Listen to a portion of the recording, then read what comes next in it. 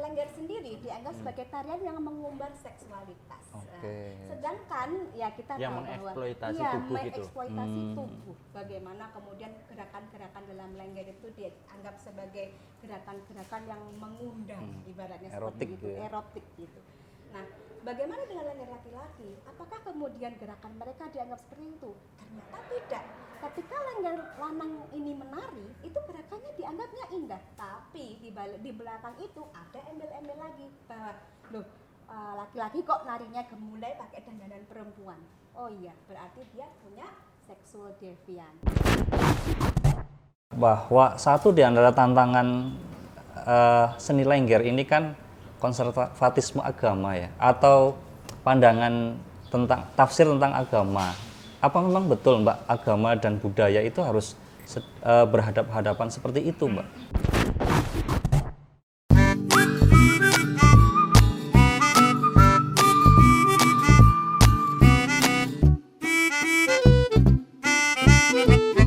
Oke, selamat siang teman-teman di Banyumas Raya dan dimanapun Anda berada.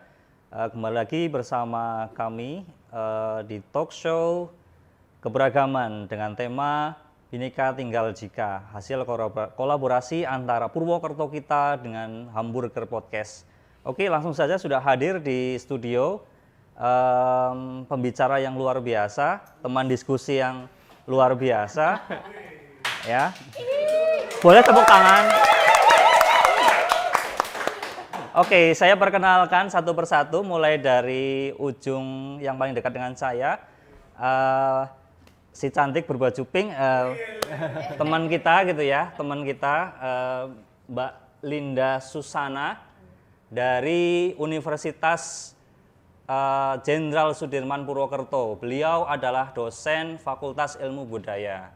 Tepuk tangan buat Mbak Linda. Oke. Namanya Susana, saya tak ngecek dulu belakangnya bolong tadi. Sudah ditutup. Sudah tak cek duluan aman. Kalau tim verifikasinya sudah ada. Oke, Mbak Linda itu adalah akademisi yang kajiannya salah satunya adalah seputar lengger. Nah, tapi ada yang spesial dalam kajiannya Mbak Linda yang akan kita kupas setelah sesi perkenalan ini. Oke, berikutnya di tengah-tengah kita sudah hadir juga Maestro Lengger Banyumas yang berkelana kemana-mana dan sekarang menetap di negeri Sakura, Mas Rianto. Tepuk tangan buat Mas Rianto. Terima kasih. Tapi nggak bolong ya saya ya. Bolong di sini. Mas Rianto itu menetap di Jepang, tapi pada momen ini kita undang ke podcast kita, ke talk show kita untuk ngobrol spesial soal lengger. Berikutnya, wah ini nggak usah dikenalin kayaknya ya. Nah, ini yang bolong ini. Apa yang bolong? Masa jangan dompetnya. Oke, di sini sudah ada Mbak Inai Wahid. Tepuk tangan buat Mbak Inai. Aku hari ini nggak jadi pembicara, nggak seperti dua narasumber biasa ini. Aku hari ini nemenin Mas Gani dari Wani Moni Gani. Wani Moni Gani. Nah, yang apa namanya kita, karena aku dari Hamburger Podcast ya. Kita jadi hari ini bukan cuma talk show, tapi kita juga sambil podcastan juga. Oke, kita cukupkan ya sesi perkenalannya ya. Kita langsung aja ngobrol Mbak Inai. Oh, gimana? Oh iya. Tapi Mas jangan lupa, Ya. kita hari ini talk show ini karena bagian dari Diversity Day 2022 kita ngomongin hal-hal yang emang benar-benar beragam karena Indonesia beragam gitu kan ya. Jadi ini kerjasama juga antara suara.com dan Purwokerto kita juga dengan Hamburger Podcast dan IMS. Jadi ini kita bakalan seru banget karena ada banyak banget hal-hal yang beda-beda dari Indonesia. Namanya juga Diversity Day ya. Ya, Diversity Day, keberagaman juga ya. Jadi hari ini kita makanya ngomongin orang Indonesia yang mukanya udah Yang jadi kayak aneh Jepang. pokoknya, yang aneh. Yang sebenarnya harusnya dimuseumkan mungkin. Muka saya seperti ini. Mas, kita mau ngomongin apa? Makanya kenapa sih kok lengger? Kenapa kita hari ini harus susah payah lengger apaan sih, anak sekarang juga kayak nggak tahu lengger apaan. Iya. Pasti yang mereka tahu itu adalah Mas Rianto yang viral karena filmnya Mas Garin. Iya. Yang judulnya Kucembut Tubuh Indah. Iya, Indahmu gitu, yang dari judulnya aja udah ini Bikin sesat. Di boykot aja. Iya. Ini pasti ngomongin astagfirullah seksualitas ini nggak boleh gitu. Nah, itu aja udah bermasalah gitu ya, udah dianggap apa? Karena sebenarnya apa yang dibicarakan juga kemudian sebenarnya nggak seperti yang kemudian udah di ini kan ya. Tapi kita kan nggak pernah tahu sebenarnya apa sih lengger itu apa gitu. Jangan-jangan orang-orang yang marah-marah itu malah karena nggak tahu. Nggak tahu. Ya, Iya. Kebanyakan mereka juga nggak tahu sebenarnya lengger, dan di dalam film itu filosofi ataupun yang mau disampaikan itu sejatinya seperti apa. Itu ya memang arahan dari sutradara, dan juga memang perjalanan dari kisah hidup perjalanan ketubuhan saya yang ada di Indonesia, yang memang dari tubuh sederhana yang ada di Indonesia, bermacam-macam tubuh seperti Rianto yang ada di Indonesia, yang perlu kita diskusikan bersama, dialogkan bersama seperti itu. Jadi ya nanti kita bisa ngobrol lebih panjang lagi. Oke, salah satu acara ini adalah untuk mengenalkan lengger juga, gitu kan, dan juga tentu saja pemaknaannya langsung dari praktisinya, dari lenggernya gitu ya, dan juga dari perspektif nanti akademis, dan juga mungkin dari Mbak Inai nanti akan melengkapi perspektif narasumber di sini kayak gitu, Mbak Inai. Jangan cuma nge-host aja dong, enak aja. Aku cuma mau nonton Mas Rianto. Tapi yang pasti aku mau nanya dulu sama Mbak Linda. Ini sebagai yang kita biasanya basisnya itu adalah ilmu pengetahuan dulu gitu ya. Jadi sebenarnya lengger itu apa dan kenapa dia begitu banyak dianggap bermasalah hari di sini ya. Oke. Sebenarnya kalau kita lihat dari kacamata akademis gitu. Kalau melihat lengger itu ya kita harus bisa memisahkan antara yang kita katakan itu sebagai sebuah seni atau yang kemudian yang menjadi huru hara di masyarakat itu ya. Kalau kita lihat masyarakat kita itu masih belum sepenuhnya menerima eksistensi mereka. Saya bilang jadi tidak semua masyarakat juga, ada beberapa masyarakat di beberapa daerah di Purwokerto ini.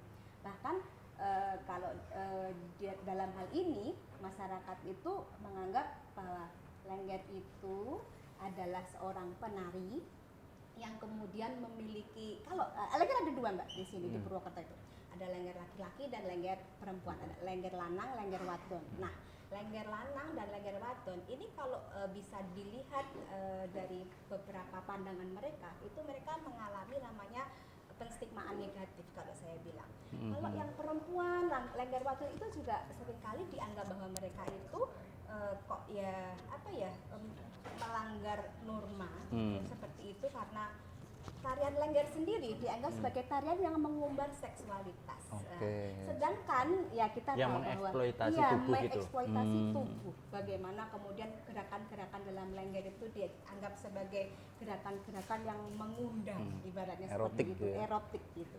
Nah, bagaimana dengan lengger laki-laki? Apakah kemudian gerakan mereka dianggap seperti itu? Ternyata tidak. Ketika lengger lanang ini menari, itu gerakannya dianggapnya indah. Tapi di belakang itu ada embel-embel lagi bahwa loh laki-laki kok narinya gemulai pakai dandanan perempuan. Oh iya, berarti dia punya seksual devian. Dianggapnya bahwa laki-laki ya penari lengger lanang ini itu punya orientasi seksual yang berbeda, yang menyimpang. Mereka tidak dianggap sebagai yang lurus ya straight seperti itu, heteroseksual, tapi mereka dianggap pasti dia juga suka sesama laki-laki seperti itu. Nah, maka dari situ kemudian kita berangkat dari kegelisahan ya, kok bisa sih ini mereka tuh juga ada kekhawatiran bahwa seni tradisional akan punah, tapi mereka pun juga melakukan hal seperti itu dengan stigma itu masih tetap dilekatkan. Dan akhirnya kita menjadi harus aware ya, harus paham, oh ini berarti ada akar yang harus dipecahkan di mana seperti itu. Maka lengger kalau bisa ditarik di sini, kenapa kok kemudian jadi penting di sini sampai saat ini di daerah Purwokerto pun yang menganggap bahwa lengger itu adalah ikon Banyumas, itu menjadi ikon Banyumas loh Mbak, lengger itu. Iya betul ya Mas? Iya betul. Tapi mereka tetap dianggap seperti itu. Nah, untuk lebih dalamnya mungkin bisa kita ulas nanti bagaimana Di situ ada beberapa kuasa ya di dalam lingkungan kita. Ada yang kita bilang pemerintah, institusi, seperti apa nanti supportnya kita mungkin bisa ulas nanti. Oke. Oke, ini Mas Rianto nih Mas. Kalau Mas Rianto sendiri memaknai lengger itu seperti apa Mas? Sebenarnya definisi lengger yang saya pelajari sebelum-sebelumnya ketika saya sekolah di SMK Sendang Mas Banyumas, yang dulunya adalah SMKI, kemudian sekarang menjadi SMK Negeri 3 Banyumas. Pengertian dari lengger itu definisinya memang setiap budayawan ataupun peneliti berbeda-beda. Dulu saya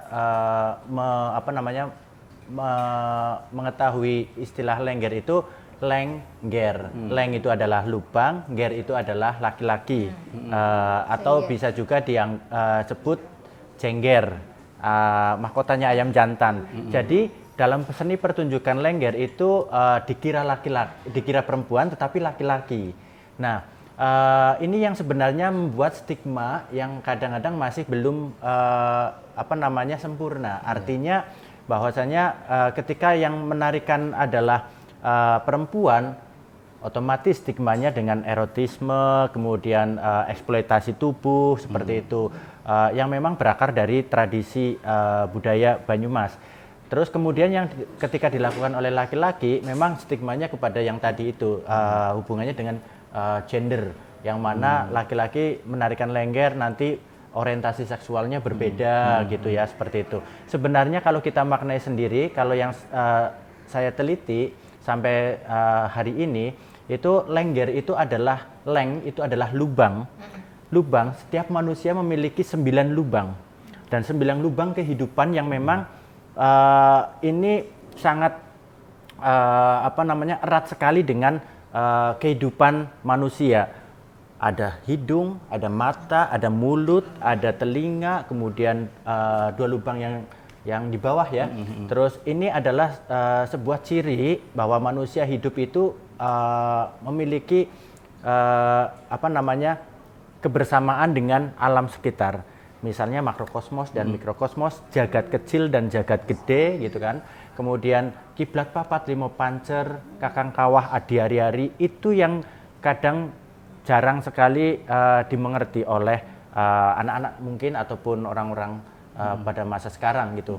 Nah, ini kalau kita dalami kembali bahwa lengger di dalam itu adalah lubang kehidupan yang mana meleburkan nyawijining diri, nyawijining tubuh antara laki-laki dan perempuan itu sudah melebur menjadi satu. Karena ini dulu lengger ini adalah untuk upacara ritual kesuburan yang mana dilakukan oleh kaum laki-laki. Mengapa?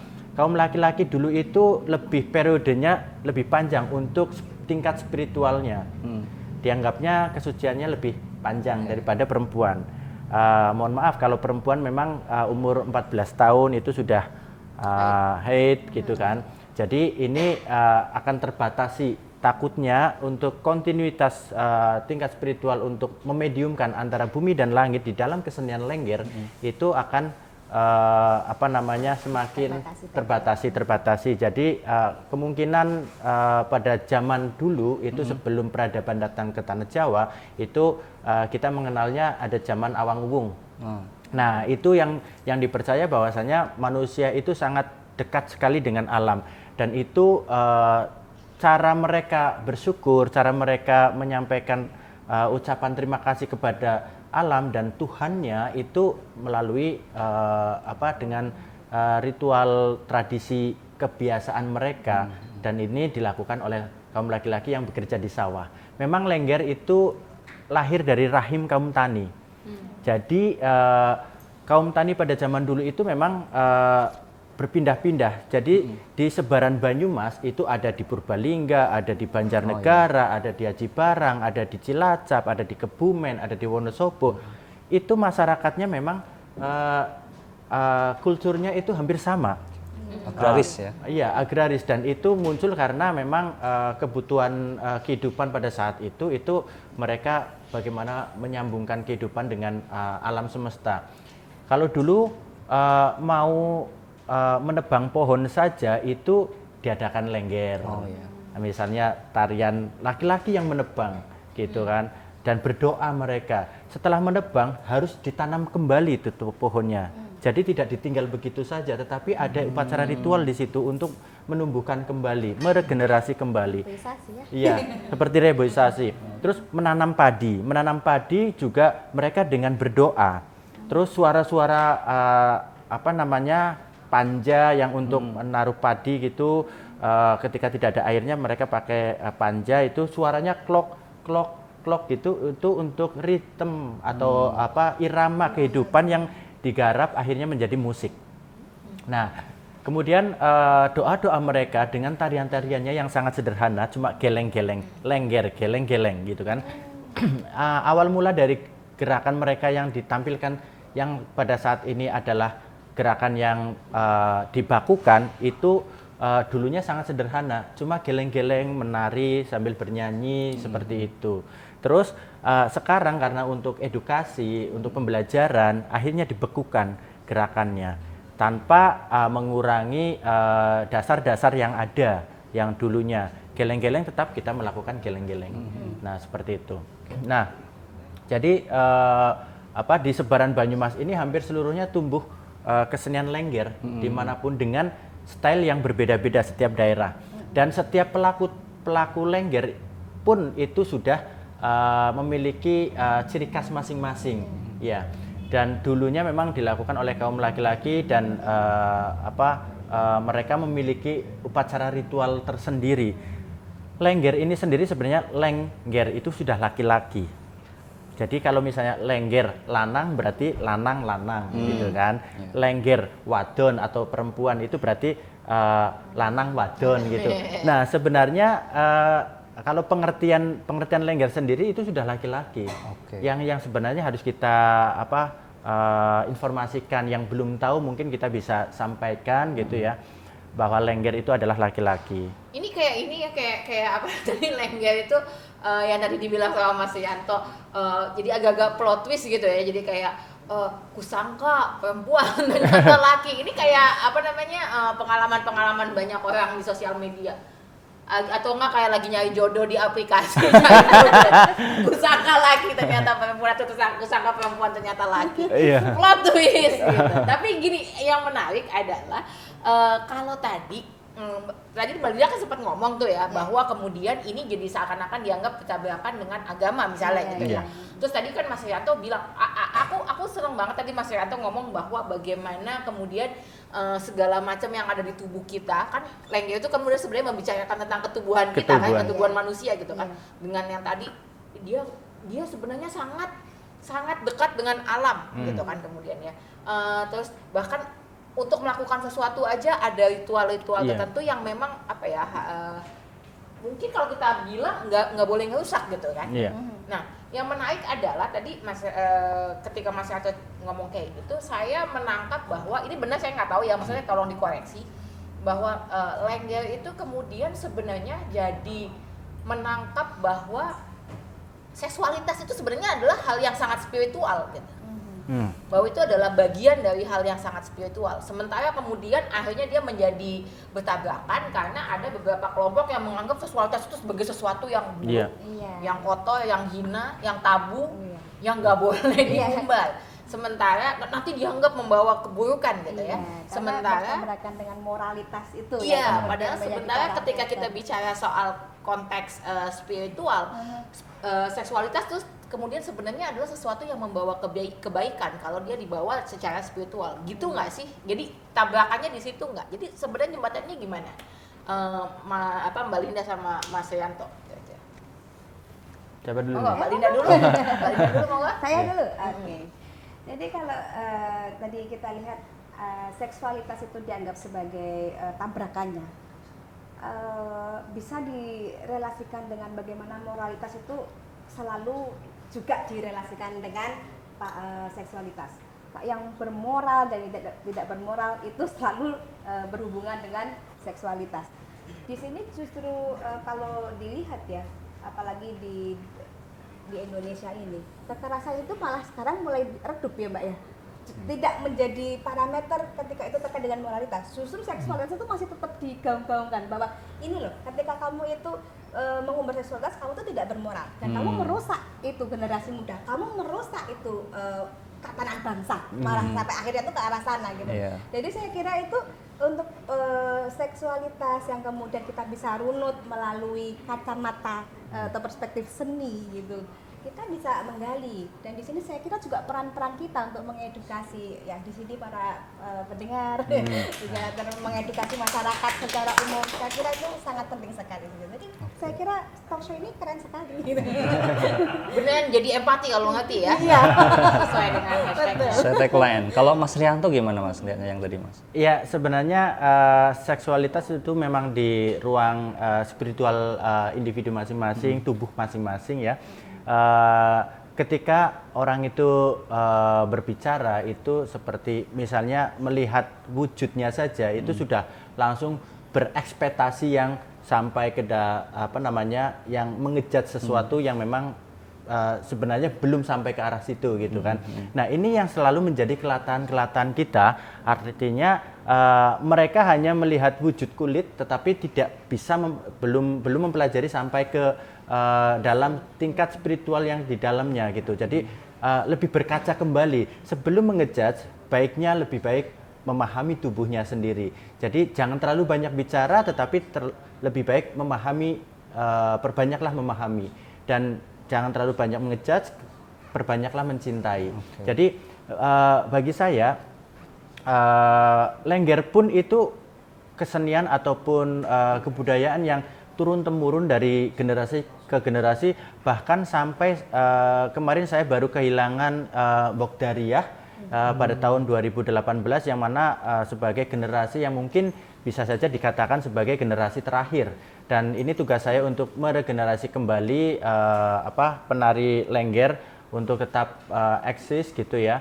Anak-anak muda seperti itu memahami tentang tidak cuma menari saja tetapi bagaimana tingkat spiritual yang harus dilakukan setiap hari. Misalnya memang ada perjalanan untuk syarat-syarat menjadi penari Lengger. Berbagai macam syarat yang memang untuk kadang memang orang melihat itu adalah sebuah kekuatan ya yang muncul pada penari Lengger itu namanya indang. Nah, setiap penari Lengger juga memiliki indang. Indang itu juga tidak berwujud laki-laki ataupun perempuan gitu. Jadi sebuah kekuatan ya yang mana kadang memang bisa diidentikan dengan misalnya melati atau mawar atau kenanga seperti itu, sesuatu yang memang indah gitu. Nah, keindahan tidak berarti bergender menurut saya. Nah, dan kalau menurut saya sih memang terlalu banyak ya kelatan-kelatan ini yang sangat prihatin sekali saya melihat generasi yang mungkin belum bisa memahami tubuhnya sendiri, bagaimana di dalam tubuhnya itu ada kita terbentuk dari dua unsur yang memang wujudnya seperti ini, tapi di dalamnya itu kita tidak tahu. Jadi ketika manusia itu dikasih roh selama 4 bulan, kita juga tidak tahu akan menjadi penari atau menjadi presiden atau menjadi menteri gitu, kita tidak tahu gitu. Tetapi itu memang melewati perjalanan, dan perjalanan itu juga spiritual waktu yang tubuh ini selalu menjalaninya gitu. Tanpa sadar manusia itu melakukan itu, tetapi karena banyak sekali mungkin doktrin kehidupan yang saringannya kurang gitu, mungkin akan melakukan kelatan-kelatan kehidupan seperti itu. Nah, menurut saya Lengger pun juga seperti saya. Ini saya punya istri, kemudian saya juga harus manjat pohon gitu ya. Kalau misalnya ibu saya tolong dong ambilin kelapa muda gitu kan, harus manjat gitu. Tidak cuma hanya nari-nari Lengger saja gitu kan. Ini sebuah perilaku kehidupan yang memang sebagai dharmanya Lengger itu bagaimana berbuat kebaikan dengan menari. Jadi menari adalah sebuah ibadah yang tanpa henti bagi saya. Oke. Mbak Inai, ini tadi sempat disebut Mbak bahwa satu di antara tantangan seni Lengger ini kan konservatisme agama ya, atau pandangan tentang tafsir tentang agama. Apa memang betul Mbak agama dan budaya itu harus berhadapan-hadapan seperti itu Mbak? Ini biar nggak jadi host doang ya. Ini aku ngomong tesnya si apa sebagai apa? Ini. Kerudungnya udah bagus banget, keren gitu kan. Bukan. Jangan mentang-mentang aku tuh kesini pakai kerudung tuh otomatis disuruh ngomongin agama. Ini sebenarnya ada mbak-mbak sama mas-mas yang mungkin jauh lebih paham ya harus ngomong apa. Tapi sebenarnya gini Mas, ada satu hal yang menarik yang sebenarnya pengen aku sampaikan. Kenapa sih kita sampai wacana diversity day misalnya itu menjadi sesuatu yang yang kita rasa perlu digaungkan gitu ya, atau kemudian dengan tagline jadi empati kalau ngerti gitu ya. Karena masa ini gitu kita sering banget melihat gitu ya, ini dunia ini sekarang sebenarnya lagi dalam situasi di mana semua itu terbuka, semua identitas itu muncul. Kita semua nggak ada sekat sama sekali. Tapi pada saat yang sama kita juga jadi bisa melihat betapa tersekat-sekatnya manusia hari ini. Jauh lebih tersekat-sekat daripada mungkin 20 atau 50 tahun yang lalu. Gitu. Sekat ini pembawa maksiat gitu misalnya, atau ini nggak sesuai dengan kelompokku, Sebenarnya bagaimana kemudian seseorang menafsirkan segala sesuatu, misalnya menafsirkan Lengger misalnya, tarian sendiri itu sah-sah aja, tafsirannya sah-sah aja. Yang kemudian menjadi persoalan adalah ketika tafsir itu dijadikan tunggal, tidak boleh diganggu gugat, itu yang kemudian jadi masalah. Dan kemudian dianggap sebagai kebenaran yang hakiki. Bagaimana tafsir yang lain terus nggak boleh ada. Bagaimana misalnya sudut pandang soal seksualitas tadi dan ketubuhan misalnya itu dipandang berbeda dari sudut budaya. Nah itu yang kemudian jadi persoalan kan sebenarnya itu. Ketika ada orang atau sekelompok orang terus menganggap bahwa tafsiranku yang paling benar, tafsiranmu salah. Atau ini bukan tafsiran, ini adalah suara kebenaran.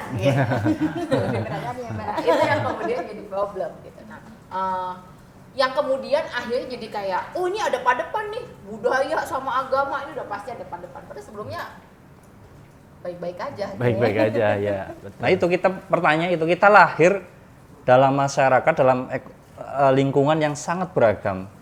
Dari dulu sampai sekarang kita tahu itu. Tapi kenapa belakangan kemudian sepertinya kita sulit menerima keberagaman gitu loh Mbak. Sehingga Awigra di sini muncul membuat tagline itu Bineka Tunggal Ika. Mana nih orangnya? Mana nih Awigra nih? Awigra itu adalah orang di belakang Awigra Podcast ya. Iya.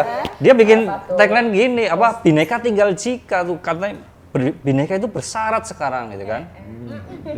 Beragam hanya jika bla bla bla gitu kan. Nah, itu kenapa sih kok kemudian sepertinya orang melihat itu semakin sempit, dengan sudut pandangnya semakin sempit, tidak luas gitu loh.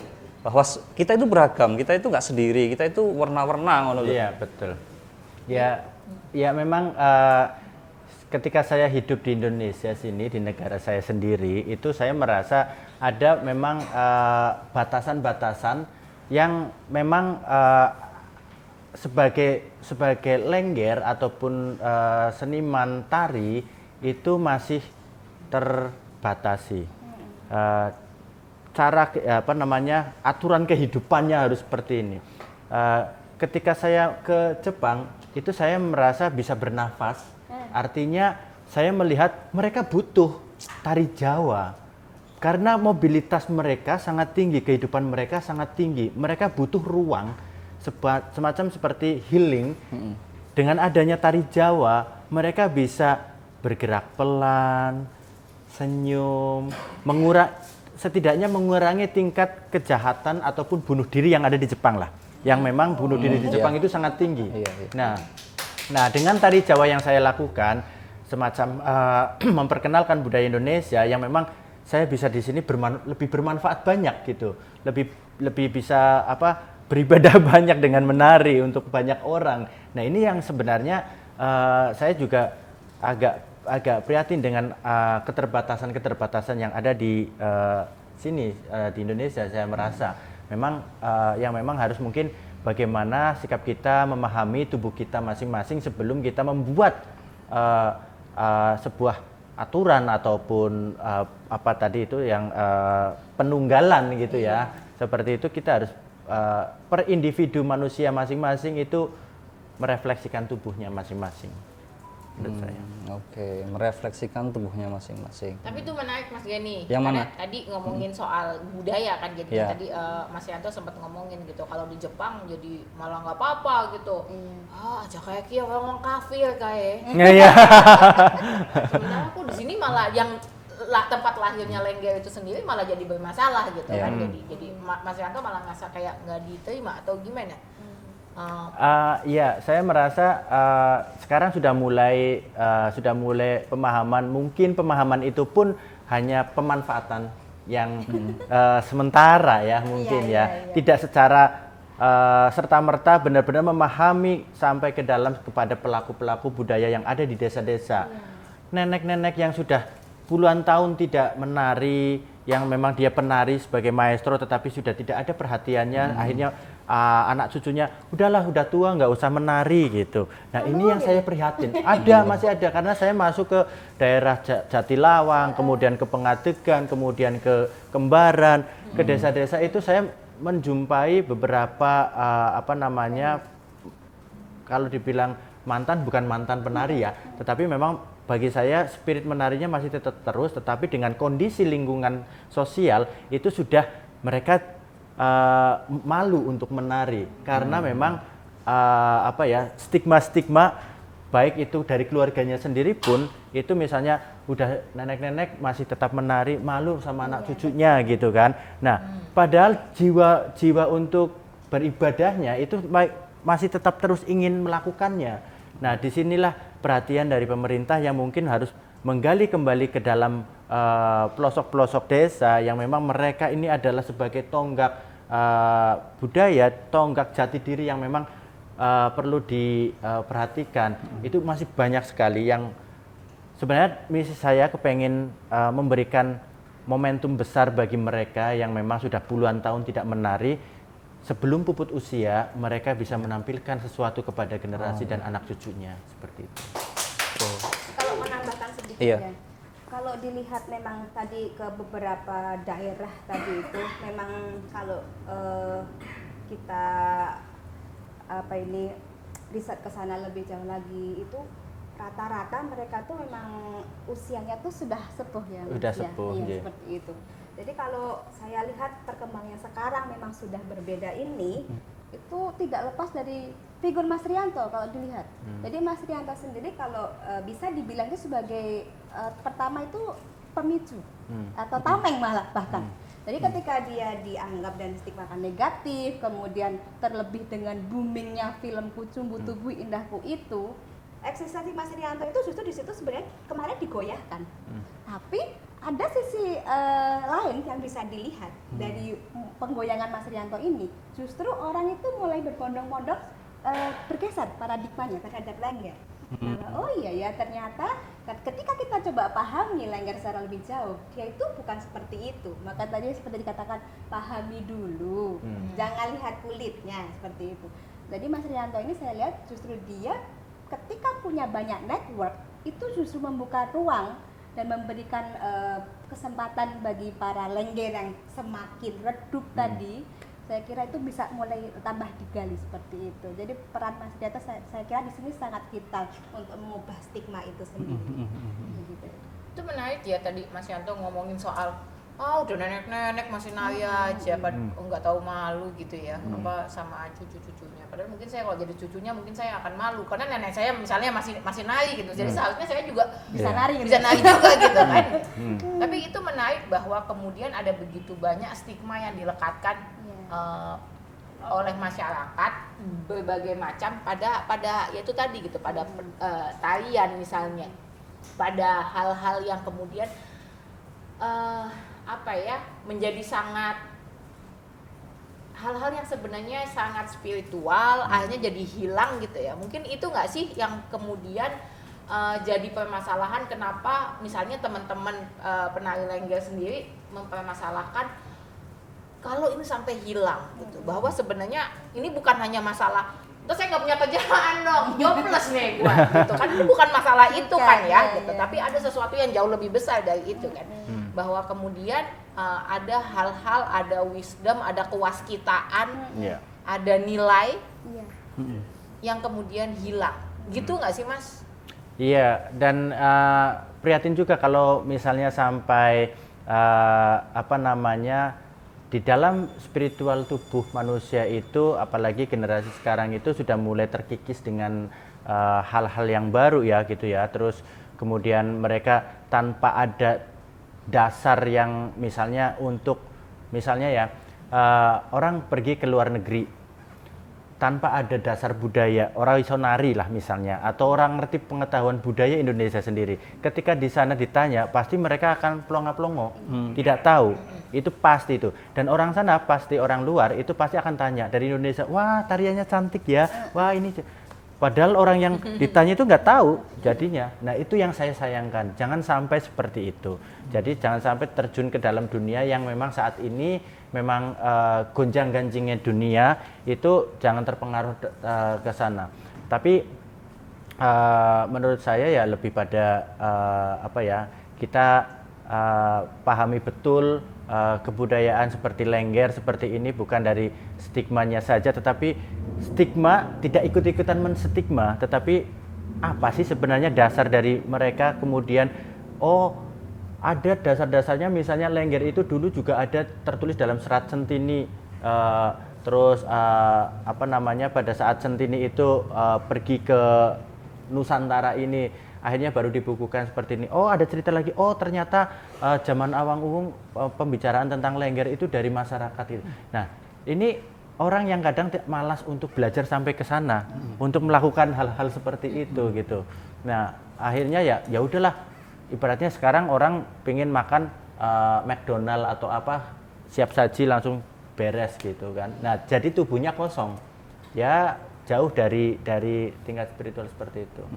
Ya benar ya, memang harus kita memahami tubuh, terus lebih apa ya, lebih percaya diri sendirilah untuk apa bekal kehidupan.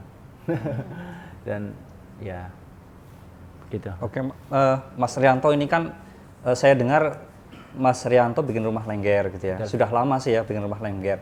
Tapi sepertinya tidak berhenti hanya pada ini, kan misinya mendokumentasikan ya. Betul. Sebagai bank data lah, database soal segala sesuatu soal Lengger. Yang saya dengar belakangan punya tujuan besar nih Mas. Iya, sebenarnya saya mencoba untuk mewadahi beberapa aspirasi dari teman-teman Lengger, kemudian seniman-seniman yang ada di desa gitu ya. Saya mencoba dari tahun 2016 saya mencoba mengajukan ke dinas untuk karena Banyumas ini sebenarnya memiliki kekayaan budaya dan alam yang sangat luar biasa, yang potensinya perlu kita benar-benar jaga dan kita bisa edukasikan kepada masyarakat. Kita punya Lengger tetapi kita tidak pernah tahu siapa itu Lengger. Kita punya Lengger tetapi kita tidak tahu arsip Lenggernya di mana. Tidak ada wadah galeri ataupun museum untuk tingkat pembelajaran kepada generasi yang lain. Terus misalnya Cunduk Mentulnya Mbok Dariah di mana, kemudian sanggulnya Mbok Sulek di mana, seperti itu. Pada nggak tahu. Dan itu adalah perjalanan sejarah yang mungkin sangat perlu kita wadahi ya sebenarnya. Nah dari situlah tahun 2016 saya mencoba untuk mengajukan dibukanya galeri Lengger sebagai museum kecil. Tetapi pada saat itu mungkin pemerintah masih meragukan dan lain sebagainya. Akhirnya saya mencoba untuk mengajukan kepada Bapak Sadewo apa namanya, ini sudah urgent sekali di Banyumas ini untuk lengger itu udah urgent sekali. Kita punya lengger tapi kita tidak tahu di mana tempatnya, terus walaupun Banyumas luas tapi di mana kita harus menujunya gitu kan. Pusat informasinya di mana. Akhirnya saya mencoba untuk membuat rumah lengger yang bisa mewadahi teman-teman lengger baik yang perempuan ataupun yang laki-laki ataupun kesenian-kesenian tradisional lainnya yang bisa kita rangkul bersama. Nah, untuk pusat pendokumentasian, pengarsipan, untuk tingkat edukasi, dan ini rencananya memang ada seorang profesor Amerika, Profesor Rene, yang punya bahan penelitian pada tahun 70-an itu. Dia punya beberapa kaset yang masih asli, terus kemudian video yang akan disumbangkan ke Banyumas dan insya Allah akan disumbangkan ke Rumah Lengger untuk edukasi, untuk bisa disebarkan kepada masyarakat yang membutuhkan, untuk mereka bisa belajar gitu. Nah, ya alhamdulillah Rumah Lengger dipilih. Kemudian saya juga punya proyek untuk ke depan itu ada penelitian di Melbourne. Bagaimana supaya saya inginnya stigma lengger ini bisa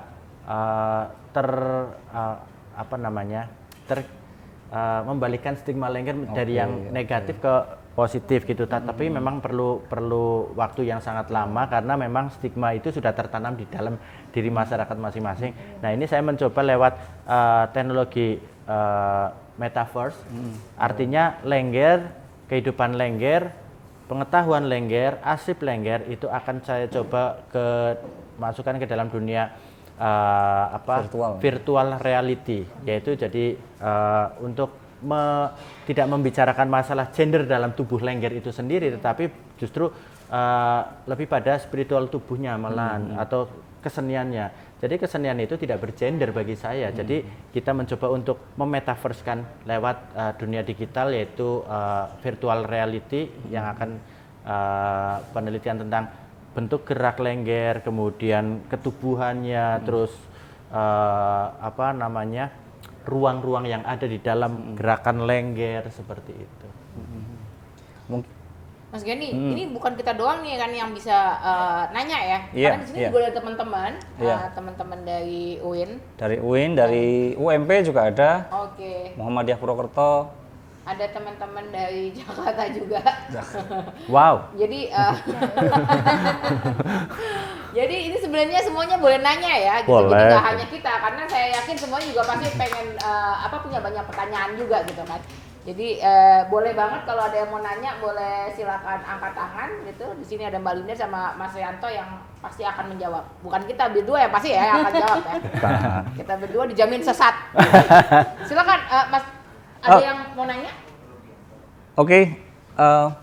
Minta tolong mic-nya, mungkin ada yang bisa membantu. Atau langsung aja Mas, nggak apa-apa Mas.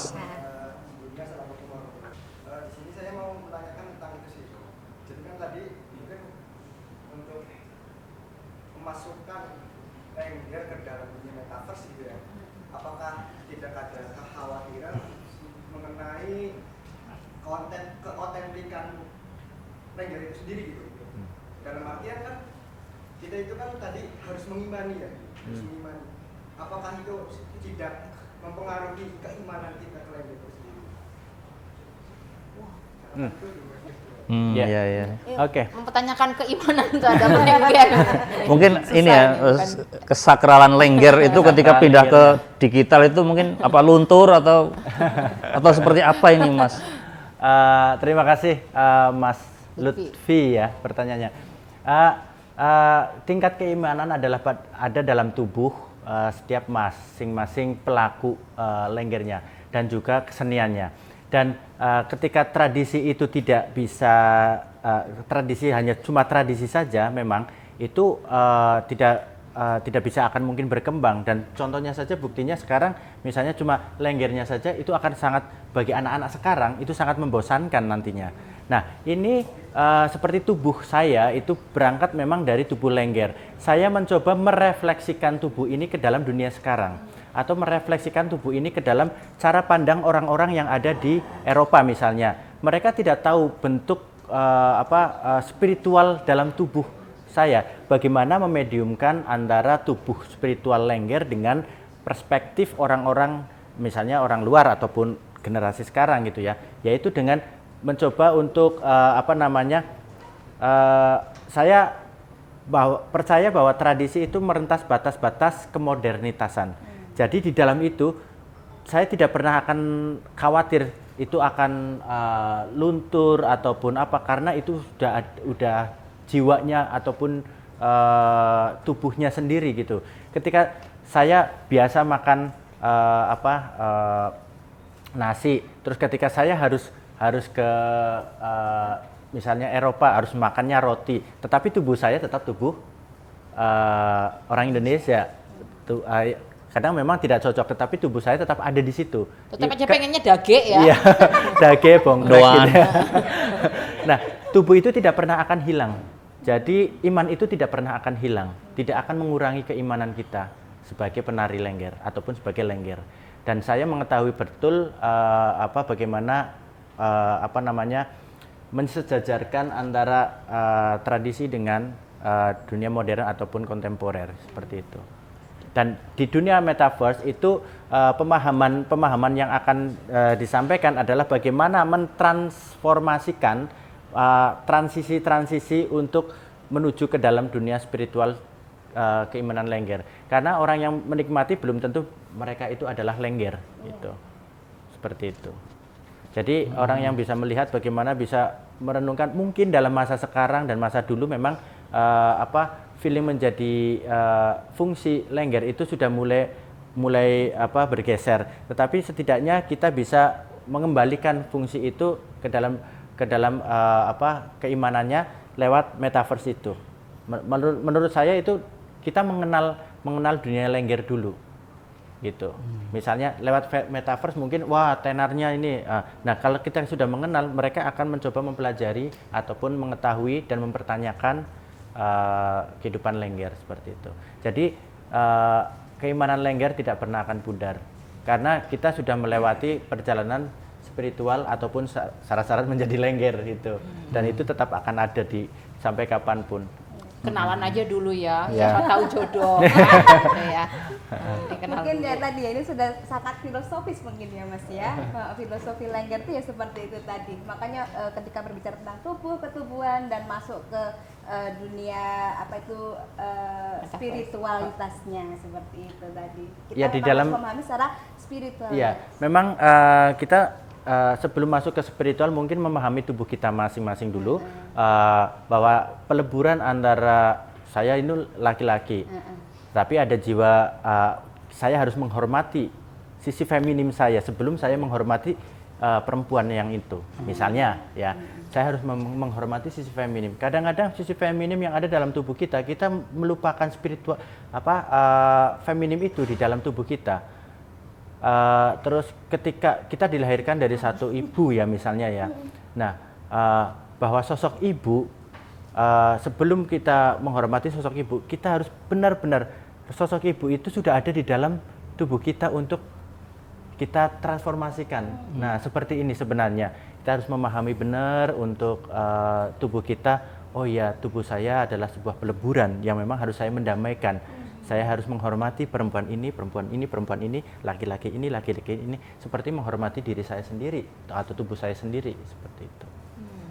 Ini ya iya saya langsung yang kayak wah ini dia namanya kesetaraan, jadi kejutannya gitu ya, bahwa bukan lagi dikotomi, oh ini saya laki-laki jadi saya hanya melakukan hal-hal yang notabene laki-laki aja gitu. Cuci piring, apa itu cuci piring gitu kan? Masak, apa itu masak gitu. Karena masak itu kan kemudian nggak pakai jenis kelamin ya Mas ya? Iya, dan saya juga ini peristiwa sangat penting mungkin yang perlu diketahui ketika saya penari ataupun saya menari Lengger. Ketika ada salah satu mahasiswa perempuan waktu itu melihat ketubuhan saya, langsung wah kok ada tubuh seperti ini ya di Indonesia. Dan dia orang Jepang. malah justru dia tidak suka dengan tubuh yang sangat maskulin, berotot seperti itu. Jadi dia malah suka dengan tubuh yang lembut ataupun yang ini. Istri saya suka seperti itu. Istrinya ya, itu ujung-ujungnya. Ya memang saya harus berbicara apa dari pengalaman saya sendiri gitu. Ya memang setiap manusia punya tipe karakter masing-masing ya. Jadi lebih mungkin istri saya lebih maskulin ya mungkin, ataupun ini menonjolnya maskulinnya, tetapi dia mencoba juga untuk mendamaikan tubuhnya gitu. Bagaimana menyeimbangkan kehidupan ini antara laki-laki dan perempuan ataupun tubuh yang sudah melebur lah. Meleburkan tubuh sendiri itu sangat susah ketika kita melihat tubuh orang lain. Kita harus benar-benar proses. Dan memiliki memiliki sisi femininitas tadi itu bukan berarti Mas Rianto terus kemudian nggak jadi laki-laki gitu kan ya, yang seperti yang kemudian stigma yang dicap bahwa itu sebenarnya tidak ada hubungannya gitu, orientasi misalnya, kemudian tidak berkorelasi dengan ketubuhan kita itu tadi gitu ya, bagaimana kita memaknai ketubuhan kita. Bahkan pengalaman ibu saya ketika saya waktu masih kecil itu, waktu stigma itu datang ke tubuh saya, ke saya, waktu kecil saya suka menari, teman-teman bilang, wah menari kayak banci gitu.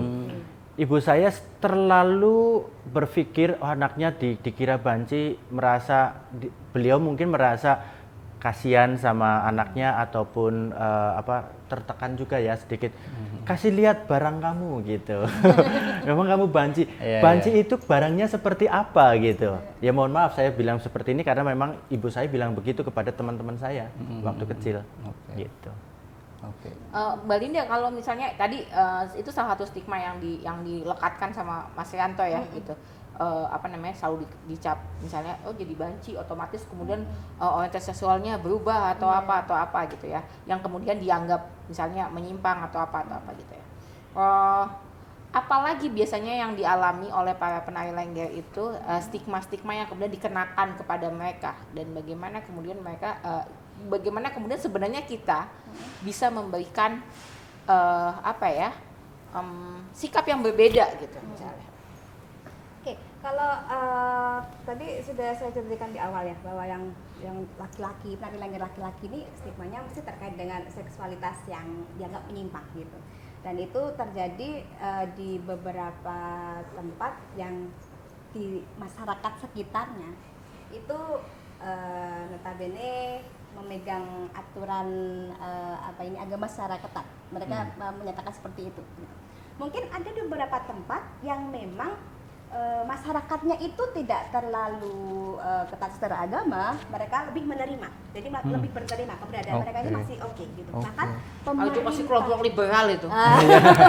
Pemerintahnya juga ikut mensupport bagaimana mereka berkembang, tapi di tempat yang lain sempat bahkan pihak pemerintahnya pun ikut menstigmakan mereka.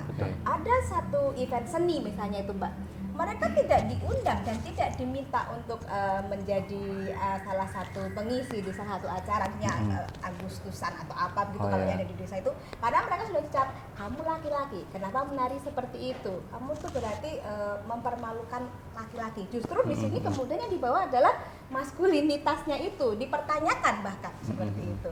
Nah, di situ kemudian kalau kita lihat stigma-stigma yang muncul yang lain, kalau yang terkait perempuan masih tetap dikaitkan juga dengan seksualitas itu lagi begitu. Tapi stigma ini ada juga yang mengarah ke arah ini pola pikir, Mbak. Jadi pola pikir yang dilekatkan pada perempuan penari ini, kemudian pasti nggak mau sekolah, itu ke background pendidikan, akhirnya itu menjadi penting. Mereka dianggap tidak mau open minded, tidak mau memikirkan masa depan, dianggapnya hanya mengejar kesenangan, sampai labelnya ke situ gitu. Kan ibaratnya sangat kasihan ya. Kok ya hanya sekedar menjadi penari yang ya memang itu untuk mendapatkan financial support ya, mendapatkan support ekonomi. Tapi saya kira tidak sesimpel itu permasalahannya. Ketika kemudian mereka tektonya juga menjadi wanita gampangan yang bisa di booking. Nah itu, padahal mereka tidak selalu seperti itu juga. Maka di sini menjadi apa ya, rancu dan tidak berimbang apa yang ekspektasi dan apa yang mereka lakukan begitu. Jadi stigma-stigmanya itu mungkin tetap ke marginal, dianggapnya itu selalu negatif side gitu ya, ke arah negatif, tapi melalui beberapa irisan. Ada keirisannya usia tadi, wis tua nggak izin, nah, seperti itu. Udah tua kok masih nari. Gitu. Tapi ada juga yang irisannya, alah dia itu nggak berpendidikan dia begitu. Nah begitu. Jadi penstigmaan negatif itu kemudian tidak ada pemakluman bagaimana orang itu bisa mengeksplor dirinya sendiri, mengeksplor ketubuhannya tadi seperti itu. Saya itu akhirnya menjadi bias ya parameternya. Pak Linda ini kan Lengger dulu kan pada posisi yang tinggi dalam masyarakat gitu ya. Karena disakralkan karena itu bagian dari ritual gitu kan yang ditampilkan pada momen-momen penting kayak gitu kan. Ya mau panen dan sebagainya. Nah, artinya pada saat itu kan belum ada penolakan. Ini kan kita ingin tahu mengenal ini mulai dari akar permasalahannya dulu ya. Artinya dari posisi yang kemudian dimuliakan, yang disakralkan sampai kemudian pada posisi yang sedemikian direndahkan begitu ya, dari berbagai pelapis tadi, itu mulai kapan dan bagaimana Mbak prosesnya? Mungkin bisa dijelaskan. Kalau sepanjang saya meneliti itu bisa dilihat memang ketika Lengger dulu itu kalau itu bisa kita katakan dimistifikasi ya, dimitoskan bahwa mereka itu sakral sekali. Bahkan kalau ya saya juga melihat dari film dan dari interview itu, kalau dulu ada tradisi buka kelambu ya Mas ya? Ya, buka kelambu yang sebenarnya juga buka kukusan ya. Kalau buka kelambu kan sebenarnya sebuah apa namanya? Mungkin kalau di dalam Lengger itu nggak ada buka kelambu sebenarnya. Ronggeng pun seperti itu. Kalau di dalam tradisi kultur masyarakat adat itu buka kusan. Iya sebenarnya. Kusan ya dalam bahasa Banyumas kusan. Kusan ya. Itu apa maksudnya itu Mas? Ya membuka apa namanya? Jadi malah justru buka kelambu itu menjadi aspek ke transaksional seksualitas seperti itu. Dulu seperti itu, tapi itu memang sesuatu yang ditunggu-tunggu. Dan ketika laki-laki bisa mendapatkan Lengger dengan membuka kusan itu tadi, dia membayar banyak, itu nggak ada masalah, dia dianggapnya justru mendapat berkah karena terkait dengan tubuh Lengger, ketika bisa bersentuhan dengan mereka, itu tuh mereka mendapatkan berlimpah berkah dari tadi itu mitosnya itu yang dipercaya seperti itu. Tapi seiring pergeseran begitu kita lihat ada semacam apa ya ini garis demarkasi yang cukup jelas sebenarnya di sini. Ketika ada apa ini kepercayaan dan apa statement bahwa pendapat saya yang paling benar, aliran saya yang paling benar, maka di situ kemudian yang lain menjadi salah. Nah dari situ cikal bakal pelianannya atau pemarginalannya mulai dari situ. Maka binekanya tinggal jika. Betul dong. Iya. Kemudian ada syarat kan di situ ya. Nah ketika kemudian apa ini seiring perjalanan lagi, kita kemarin sempat dengar ada reformasi yang begitu kuat sekali kan, segala kebebasan itu kita diumbar dan euforia semuanya. Tapi semakin kesini, saya kira teman-teman juga sudah sangat bisa paham. Apalagi kemudian yang terjadi berbeda sekarang, ya. Kemudian ada lagi yang apa ya, di balik apa yang kita lakukan itu ada semacam payung yang menjadi kiblat. Disadari atau tidak pasti itu terjadi dimanapun. Tinggal digali aja itu kira-kira apa saja gitu ya. Senyum berarti udah tahu ya. Sudah sangat paham ya gitu Mas. Oke. Ya apanya terlalu disakralkan juga menjadi permasalahan gitu ya. Terus kemudian belakangan hari apa namanya dimarginalkan dan mungkin kita bisa mulai memutus gitu ya, memutus siklus ini mungkin mulai dari mana Mbak kalau Mbak Lina lihat? Kalau saya lihat sebenarnya seperti saran dan apa yang disampaikan dari Mas Rianto tadi, dari diri kita sendiri. Dari diri kita. Dari diri kita sendiri. Kita pahami diri kita sebelum melihat orang lain, sebelum menjustifikasi orang lain. Gitu. Kalau sudah bisa berkaca pada diri kita sendiri dan bagaimana spiritualitas dan bagaimana ibadah itu tidak harus selalu melulu melalui institusi agama, misalnya ibadah bisa dari apa saja yang kita lakukan. Saya kira itu menjadi poin berangkat yang sangat menarik. Kemudian yang kedua, selain itu saya kira tadi mengedukasi tadi, bagaimana dari background pendidikan, pemahaman tentang kebinekaan, bagaimana pemahaman tentang budaya itu tidak menjadi satu hal yang sangat dikotomis antara agama dan budaya tadi, bisa berjalan beriringan. Saya kira itu akan sangat bagus nanti ke depannya. Itu yang harus kita lakukan. Saya kira seperti itu. Mungkin dari mengenalkan tadi ya. Iya. Mengenalkan kalau medium era sekarang ya metaverse gitu ya. Iya. Kan sudah ada Dr. Strange ya, Dr. Multiverse. Strange. Kita punya multiverse. Oke. Udah nonton, Mbak? Iya dong. Mas Rianto juga rencananya mau campaign itu lewat UNESCO nih, biar kadang masyarakat kita itu akan lebih ngeh gitu ya, ketika barang itu tuh ada di luar gitu loh. Ketika di dalam sendiri biasa-biasa aja, tapi misalnya kalau ada budaya apa diklaim itu kita geger gitu kan. Atau misalnya diakui oleh UNESCO atau PBB, tiba-tiba wah bangga, baru merasa memiliki dan sebagainya. Mungkin Mas Rianto bisa cerita jalan ke situ memang sedang dirintis atau apa? Ya sebenarnya perjalanan ini lama. Ketika saya fokus dari kecil memang saya fokus di dalam tari. Kemudian SMK saya masuk ke dunia tari, kuliah saya tari, berkarya dengan tari, memperkenalkan tubuh Lengger ini ke beberapa negara, dari bentuk tradisi Lengger ke dalam sebuah bentuk kontemporer. Kemudian saya tetap mengedukasi ataupun memberikan informasi tentang Lengger di hampir lebih dari 30 negara yang sudah saya kunjungi, agar supaya memang ada sebuah pengakuan bagi mereka, baik di kampus, di universitas ataupun di acara internasional festival, di teater seperti itu. Nah, ini yang mungkin saya sedang bangun untuk bagaimana saya dengan adanya rumah Lengger sekarang, kemudian komunitas Lengger yang ada di Jepang, komunitas Lengger yang ada di Meksiko, komunitas Lengger yang ada di Paris, kemudian ada komunitas di situ. Ada, kemudian komunitas Lengger yang ada di Australia. Itu orang lokal. Orang lokal negara mereka. Jadi mereka datang ke Banyumas untuk belajar, kemudian ketika kembali lagi mereka punya komunitas sendiri untuk membangun Lengger ini. Nah dari situ saya ingin sekali dengan kesenian Lengger ini yang bisa mengglobal, itu bisa terakui dan mencoba untuk stigma itu sudah berubah. Dan saya kepingin sekali bahwasannya tujuan saya ingin bisa diakui oleh UNESCO untuk Lengger. Jadi alon-alon pelan-pelan sekali saya mencoba untuk mengarah ke situ.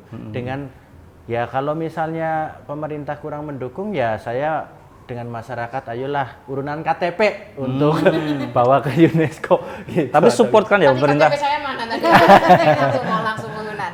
Seperti itu. Ya semoga saya masih diberi umur panjang untuk bisa melanjutkan itu, agar supaya teman-teman seniman ataupun para maestro yang ada di desa, mereka merasa bangga dengan adanya Lengger seperti itu sih. Jadi ini yang di luar aja malah lebih punya ini ya perhatian ya. Jadi jangan sampai kita yang sebenarnya pemilik sahnya gitu kemudian menyanyiakan nyanyiakan warisan ini, kita harta ini gitu kan ya. Jadi Mas, tapi saya pengen nanya, kalau misalnya kayak di Meksiko gitu ya, berarti sebenarnya ada komunitas Lengger. Ada calungnya juga. Oh gitu, mereka belajar dari Banyumas. Iya. Apakah kemudian kalau mereka ngomong pakai bahasa Meksiko tetap pakai logat ngapak? Pastinya iya, karena kan mereka harus pakai misalnya sindenannya Banyumasan, gitu ya. Lesus kali kedung jero banyu mili, atau eling-eling sapa eling balia maning gitu. Itu semuanya suka.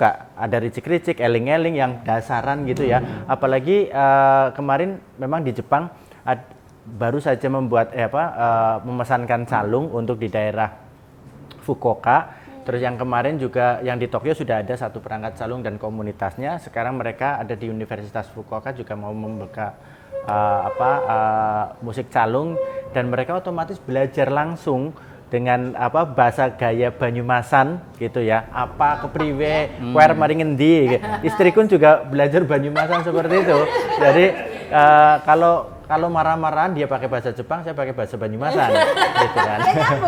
Enggak ngerti ya jadinya. Jadi ya seperti itu. Jadi saya mencoba di Meksiko juga ada beberapa teman, terus di Italia juga ada beberapa teman yang mungkin nanti akan memesan calung, kemudian mengembangkan budaya Banyumasan di sana seperti itu. Karena saking tersenone dengan budaya Banyumas. Tresno itu kalau udah kenal, ya kan? Kalau udah kenal. Kenalan dulu, jangan buka dating apps terus gitu, kenalan yang di situ, tapi ternyata lupa kenalan sama yang budaya-budaya yang dimiliki sama Indonesia sendiri. Oke. Ini Mas ya? Iya. Nih udah selesai kita atau? Kita buka penanya lagi nih, teman-teman baru satu yang nanya. Lagi. Iya. Oke, sip. Ini kita buka sesi diskusi kedua nih, barangkali ada. Udah yang angkat tangan. Udah ada yang angkat tangan. Iya, silakan Mas, bisa berdiri, kenalkan namanya siapa.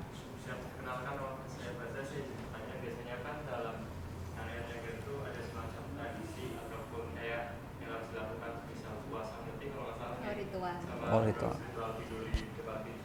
Apakah dalam mendidik generasi muda baru untuk sebagai penari lengger yang baru, tradisi tersebut harus tetap dilakukan? Terima kasih. Oke. Iya, terima kasih Mas Taka. Siapa namanya? Faza. Taka, saya pikir orang Jepang, jadi Taka. Ya, tetap harus dilakukan kalau mereka ingin menjadi lengger gitu ya. Jadi kalau cuma sekedar menari lengger tidak harus, ataupun sebagai penari ya. Tetapi lengger. Jadi antara penari lengger dengan lengger itu sudah berbeda. Jadi pengabdian terhadap lengger sendiri itu kalau misalnya beliau atau mereka ingin menjadi lengger itu memang harus melakukan ritual-ritual yang memang yang diberikan oleh leluhur. Ritual itu sebenarnya adalah lebih mendekatkan diri pada alam, agar supaya memahami alam, bukan artinya musyrik ataupun apa, tetapi bagaimana kita menahan tentang hal-hal yang seperti puasa Ramadan sajalah misalnya, kita harus benar-benar ada. Nah ini di dalam Jawa sendiri pun ada seperti itu.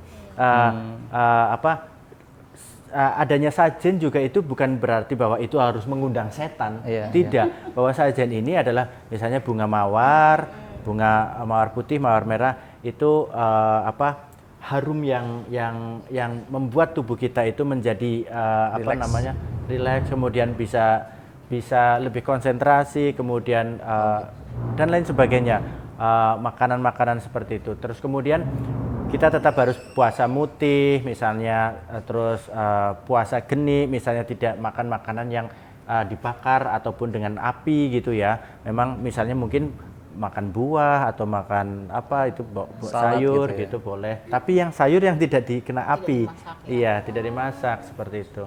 Terus misalnya filosofi dari kita membersihkan dengan mandi, kita membersihkan tubuh kita misalnya di tengah malam misalnya ya, itu bukan berarti kita harus ngundang setan untuk masuk ke dalam tubuh gitu, tidak. Sebenarnya kita benar-benar dalam kondisi yang rileks, kemudian tidak ada hingar-bingar yang lain, kita benar-benar membersihkan tubuh kita, itu lebih fokus, artinya memfokuskan tubuh kita. Itu dari misalnya 7 sumur yang berbeda, itu mungkin dari pengalaman sumber yang memang mungkin kita perlu gali berbeda-beda seperti itu. Kemudian kita harus respect dengan lingkungan alam yang ada, mendoakan leluhur supaya leluhur itu tetap menjaga manusia ataupun alamnya juga seperti itu. Sebenarnya masih sebagai pelaku lengger itu masih melakukan ritual seperti itu. Ketika mau pentas itu pasti melakukan sampai sekarang. Hanya saja sekarang pemahaman ini mungkin dilakukan oleh penari yang memang dia hanya ingin menjadi seorang penari lengger yang tanpa melewati syarat-syarat itu sah-sah saja, tetapi isinya berbeda. Oke. Artinya keimanannya mungkin berbeda seperti itu. Tadi apa Mas?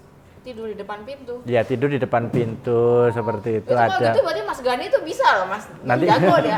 Awalnya kalau nggak ngasih kabar ke istrinya itu biasanya tadi di depan pintu. Sering itu, sering. Ya, jadi udah jago. Oh, dikunci ya, Mbak. Tapi bukan ritual gitu. Tapi hal-hal ini yang memang perlu dipahami memang ya, perlu disampaikan dan dipahami agar tidak ada kesalahpahaman gitu kan, bahwa yang seperti itu tuh berarti nilai filosofis. iya gitu loh.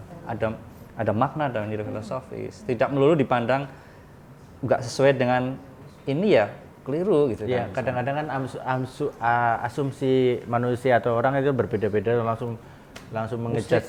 Nah, langsung mengejudge hal yang kita lihat padahal harus dikembalikan dulu ke dalam tubuh kita pemahamannya. Oke, terima kasih untuk para penanya kita. Sepertinya kita udah ngobrol panjang lebar nih dari soal ada stigma, ada kapan stigma itu muncul, bagaimana tahapannya, dan kemudian bagaimana kita harus menyikapinya, bagaimana kita kemudian menerima perbedaan yang ada. Misalnya dalam Lengger saja itu sudah banyak sekali itu kan, diversity yang muncul di situ gitu kan. Nah, kita belajar hari ini dari Mas Rianto dan Mbak Linda gitu kan. Dan Mbak Inai gitu. Kita belajar. Aku jadi pengen tahu lebih banyak soal Inai itu kadang pura-pura nanya padahal dia lagi wah gitu kan. Aku belajar banyak dari dia itu kan. Lengger. Gitu. Aku Oke. kayaknya langgar karena besar seperti langgar. Tapi yang pasti seneng banget ya kita Oke, seneng. bisa ngobrol sama Mbak Linda sama Mas Yanto. Makasih banyak. Terima kasih Mas. juga. Terima kasih. Ya kesuwun ya kan Sabatir, semoga ya kan Sabatir pada sehat waras selamat. Amin. Oke. Betul, kita nggak bisa kasih apa-apa, hanya nanti dikasih tempe mendoan ya. Apa ya? Oke, terima kasih banyak. Kita nanti ketemu lagi di episode podcast berikutnya. Yang pasti selamat merayakan Diversity Day 2022. Semakin beragam, semakin seru dan jadi empati. Kalau ngerti. Sampai ketemu di teman selanjutnya. Ya. Matur nuwun, Mbak. Matur nuwun. Ngapura.